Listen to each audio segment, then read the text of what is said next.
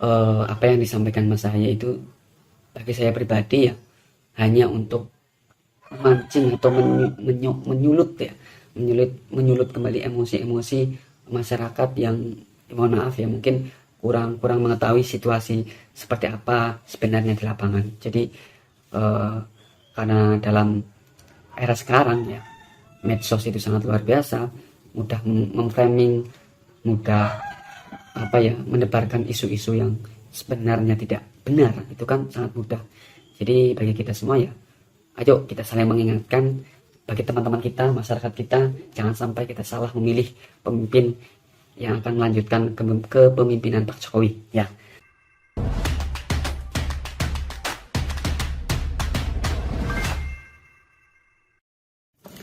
Assalamualaikum warahmatullahi wabarakatuh. Halo teman-teman penonton setia Siwar TV semuanya. Semoga kalian semua dalam keadaan sehat, selalu dilancarkan segala rezekinya, dan juga tentunya selalu dilancarkan segala urusannya. Amin. Sebelumnya saya ingin mengucapkan selamat menunaikan ibadah puasa untuk teman-teman yang sedang berpuasa ya. Untuk teman-teman yang tidak berpuasa ya silahkan, itu hak Anda ya. Namun hormatilah orang-orang yang berpuasa, saling menghormati lah ya. Kemudian sebelumnya perkenalkan, nama saya adalah Kang Mumul dan ini adalah video perdana saya di Siwar TV. Semoga saja bisa tayang. Oke, teman-teman, seperti yang kita ketahui bahwa baru-baru ini Mas Ahaye dalam mimbar politiknya itu menyampaikan beberapa kritikan terhadap kepemimpinan Pak Joko Widodo ya. Namun bagi kita atau bagi masyarakat umum, apalagi pendukungnya Pak Jokowi ya, itu jika mendengar kritikan-kritikan yang disampaikan oleh Mas Ahaye ini tidak pantas jika dikatakan sebagai kritikan, namun lebih tepatnya sebagai omong kosong ya, dan juga sebuah fitnahan ya yang tidak terbukti adanya, ngawur ya.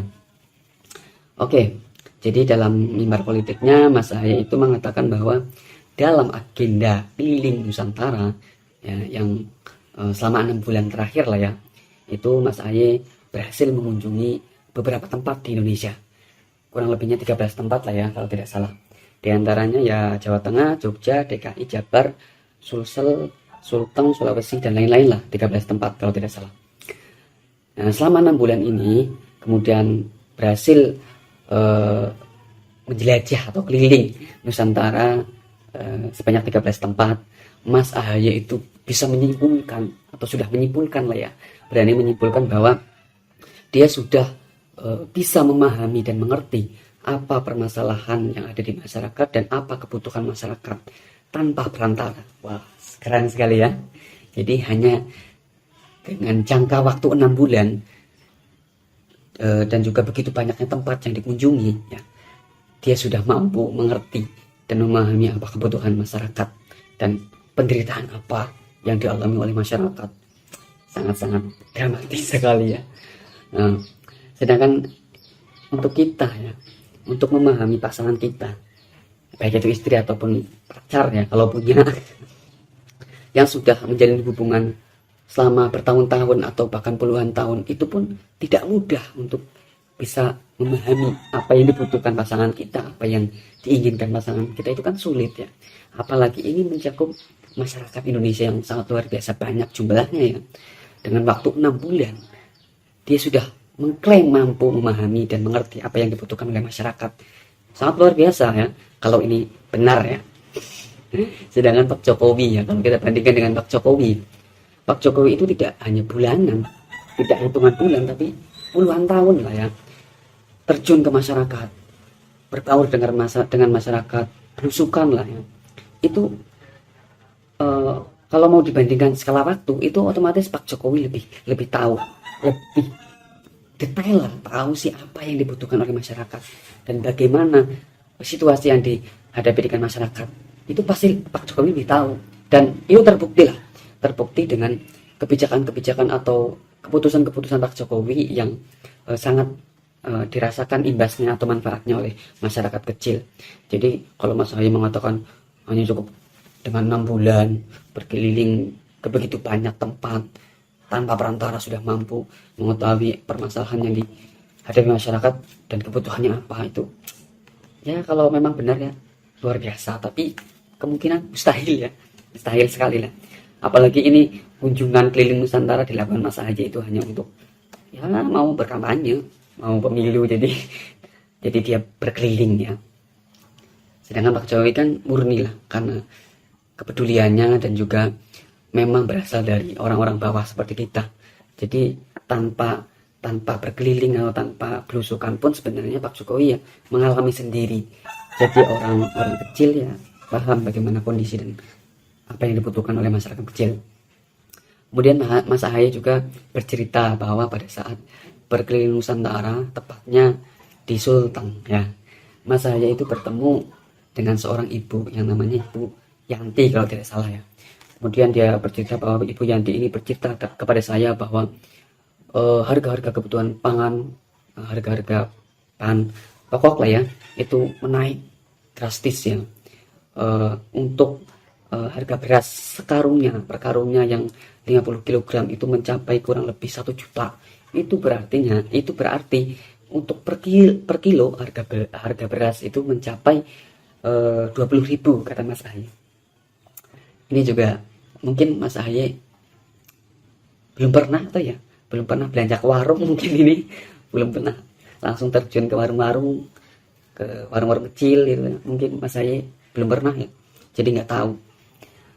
Kalau di tempat saya ya kemungkinan ya seluruh Indonesia ya, itu harga beras untuk sampai saat ini ya tanggal 23 Maret itu paling murah itu 11.000 sekian, gak nyampe 12.000. Kemudian paling mahal itu 13.000 sekian, gak nyampe 14.000. Ya mentok paling mahal 14.000 lah ya.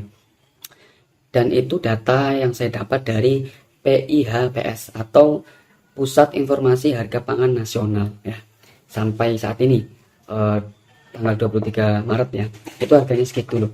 Jadi kalau Mas Ahaye mengatakan harganya sampai 20.000 per kilo, itu mungkin beras-beras apa sih, sultan atau gimana ya. Nah sedangkan kita masyarakat kecil, kan ini berbicara tentang masyarakat kecil gitu. Itu kan ya masyarakatnya ya biasa makan beras yang biasa, ya harganya mentok segitu lah ya, 11.000, 12.000, mentok 14.000. Jadi Mas Ahaye ini ya bukti lah ya, mungkin nggak pernah terjun langsung atau bahkan belanja di warung kecil, itu belum pernah, jadi nggak tahu harga ya. Jadi ketika ada ibu-ibu berbicara seperti itu langsung ditelan mentah-mentah. Jadi ya seperti itulah ya Mas Ahaye. Kemudian dia mengatakan secara dramatis lah, Ibu Yanti itu mengatakan bahwa dari mana kami mendapatkan uang untuk membeli kebutuhan pokok gitu.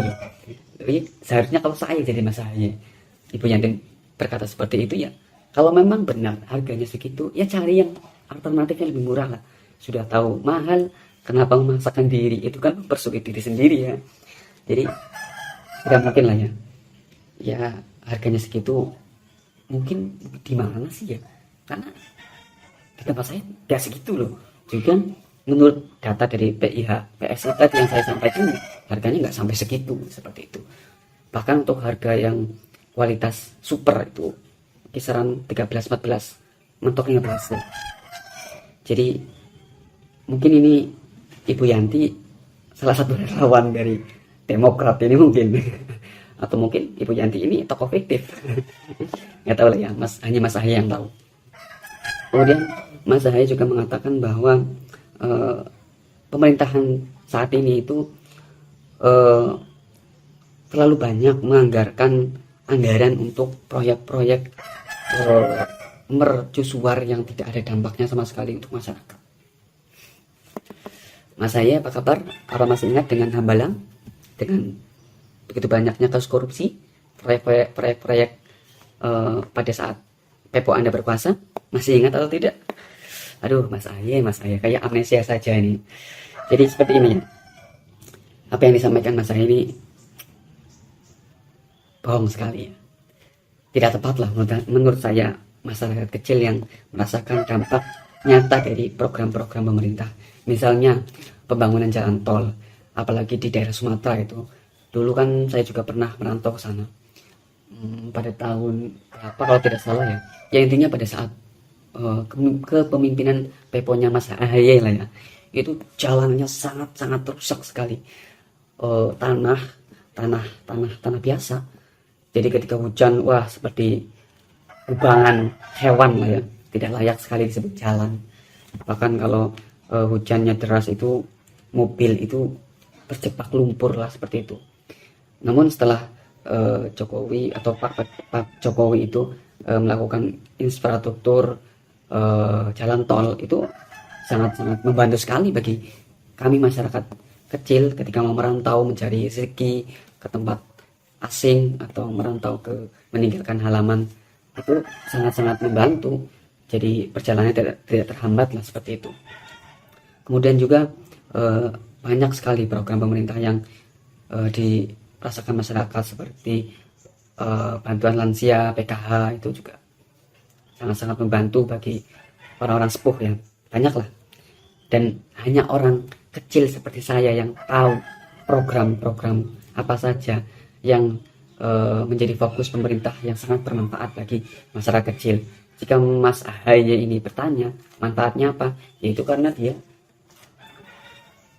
hidup di lingkungan yang serba praktis, serba sudah ada, serba berkecukupan. Jadi ya dampak-dampaknya seperti ini dia tidak bisa merasakan seperti itu. Kemudian juga Mas Ahaye mengkritik lah bahwa di zaman sekarang atau zaman kepemimpinan Pak Jokowi itu sedikit sekali orang-orang yang berani berbicara, mengkritik Pak Jokowi atau kepemimpinannya, karena ketika bersuara itu pasti akan ditangkap atau akan dipenjara. Intinya ya, untuk kebebasan berpendapat di zamannya Pak Jokowi menurut Mas Ahaye itu sangat terbatas, sangat dibatasi. Mengkritik sedikit ditangkap seperti itu. Aduh Mas Ahaye, ini coba deh tanyakan dengan bapaknya Anda atau peponya Anda itu dulu pada zaman dia memimpin, apakah ada yang berani mengkritik ya? Yang mengkritik pasti ditangkap lah ya. Banyak sekali kasus-kasus seperti itu. Bahkan presiden sebelumnya itu melaporkan orang yang mengkritik, melaporkan rakyatnya sendiri. Berbeda sekali dengan Pak Jokowi. Kritikan apa sih zaman sekarang yang bisa dibendung? Bahkan orang mencaci maki, menghina presiden pun banyak sekali ya. Bahkan saya sendiri itu sampai miris saya. Kok bisa ya orang-orang itu menyampaikan hinaan-hinaan yang begitu tidak pantas terhadap seorang presiden ya. Namun Pak Jokowi santai saja, bahkan tidak berkomentar sama sekali. Bahkan anak turunnya istilahnya ya, atau anak-anak keturunannya itu ya tidak ada yang merespon, cuek-cuek saja. Silakan. Jadi mau kritikan yang seperti apa lagi, mau kebebasan mengkritik seperti apa lagi yang diharapkan oleh Ahaye itu loh. Jadi Mas Ahaye ini bagaimana lah, apakah tidak tahu atau pura-pura tidak tahu, seperti itulah ya. Kemudian juga Mas Ahaye menyinggung tentang isu 3 periode, lagi-lagi disinggung ya, biasa untuk memancing emosi lah orang-orang yang tidak tahu sejarah mungkin. Siapa yang mengusulkan ya, siapa yang menginginkan 3 periode itu siapa, kan padahal bukan Pak Jokowi. Pak Jokowi sendiri kan berulang-ulang kali lah menolak ya, karena Pak Jokowi tidak ingin untuk 3 periode. Kalau saya pribadi sih sebagai pendukungnya Pak Jokowi ya, sangat-sangat ingin, bahkan 10 periode pun tidak masalah ya, daripada jatuh ke tangan Wan Abut ya, amit-amit yang bayi ya, daripada negeri ini dipimpin oleh orang-orang yang tidak kompeten, tidak berkualitas ya, nyinyir doang ya, seperti ya Mas Ahaye. Yang penting Pak Jokowi 10 periode gak masalah ya, tapi kan itu Pak Jokowi tetap menolak ya, karena tidak sesuai dengan undang-undang. Jadi pada intinya apa yang disampaikan Mas Ahaye itu bagi saya pribadi ya, hanya untuk memancing atau menyulut kembali emosi masyarakat yang mohon maaf ya, mungkin kurang mengetahui situasi seperti apa sebenarnya di lapangan. Jadi karena dalam era sekarang ya, medsos itu sangat luar biasa, mudah memframing, mudah menebarkan isu-isu yang sebenarnya tidak benar, itu kan sangat mudah. Jadi bagi kita semua ya, ayo kita saling mengingatkan, bagi teman-teman kita, masyarakat kita, jangan sampai kita salah memilih pemimpin yang akan melanjutkan kepemimpinan Pak Jokowi ya. Oke, sekian yang dapat saya sampaikan. Apabila ada yang kurang pas untuk teman-teman atau untuk pedomannya Mas Ahaye, silahkan di komentar saja ya. Dan semoga saja bisa tayang. Terima kasih, sekian dari saya. Jangan lupa pesan saya tetap ya, ini efek video pertama ya. Pesan saya tetap gunakan akal sehat Anda ya sebagai bentuk rasa syukur terhadap Tuhan Yang Maha Esa. Oke, sekian. Wassalamualaikum warahmatullahi wabarakatuh.